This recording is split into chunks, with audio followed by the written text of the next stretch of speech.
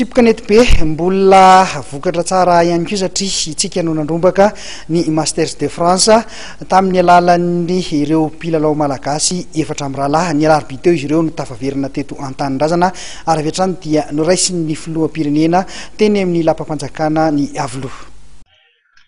Ny alarobia maraina teo no tafaverina an-tanindrazana izy efatra amin'ny rahalahy totonona lahatra jima fi rehefa avy nandrombaka ny Masters de France teo amin'ny taranja Tsipkanety be. Ekipa frantsay izay nisy an'i Christophe Sario, Sébastien Rousseau, Romain Fourny, Jérémy Daroudef no resitsika teo amin'ny famaranana tamin'ity finaly forty ka nibatantsika ny amboara dingana farany tamin'ny Masters tamin'ny isa 13 Noenina.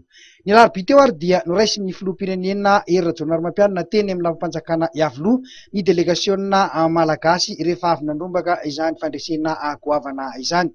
Nakahery sy nakasitraka ny zava-bitan'ny mpilalao malagasy moa ny filoham-pirenena tamin'ny fandraisany azy ireo. Avy eo dia noraisin'ny federasiona atetsy amin'ny CBT Mahamasina indray izy efatra amin'ny rahalahy ka niara-ny faly tamin'ireo mpilalao Tsipkanety be eo tsy amin'ny CBT Mahamasina. Nandritra izany fotoana izany no nanambarany totonona fa tsy mora ny mitazona ny fandresena.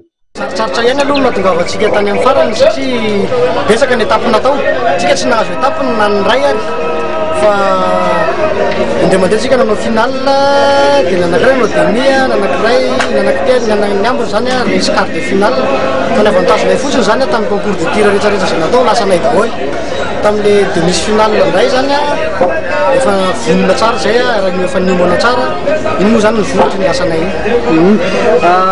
Dingana maromaro izy ianao natrihana ohatrany tsy dia naombotsika tany, inona mety nahatonga an'izay fombiazana izay tany amin'ilay dingana tany aloha?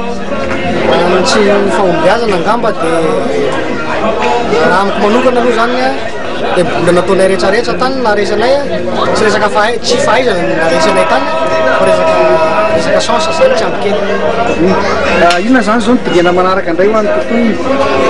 Amiko manokana aloha zany ny dingana manaraka dia manao championnat Madagasikara dia maharesy championnat Madagasikara dia manao championnat du monde any Tahiti dia nandrombaka an'izay championnat du monde any Tahiti zay.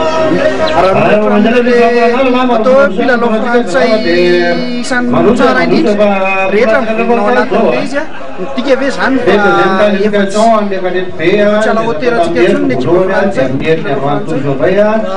Zay indray moa zany mbola tena alahotera tsika fahaizana tsika anisan'ny faran'izay mahay ny amiko angamba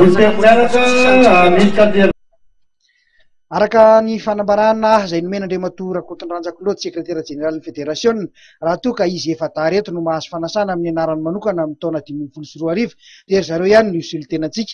Raha toa kosa ka amin'ny anarany Madagasikara ny fanasana dia tsy maintsy isindray ny faninanana andrafetana ny ekipa malagasy hiatrika ny Masters 2024.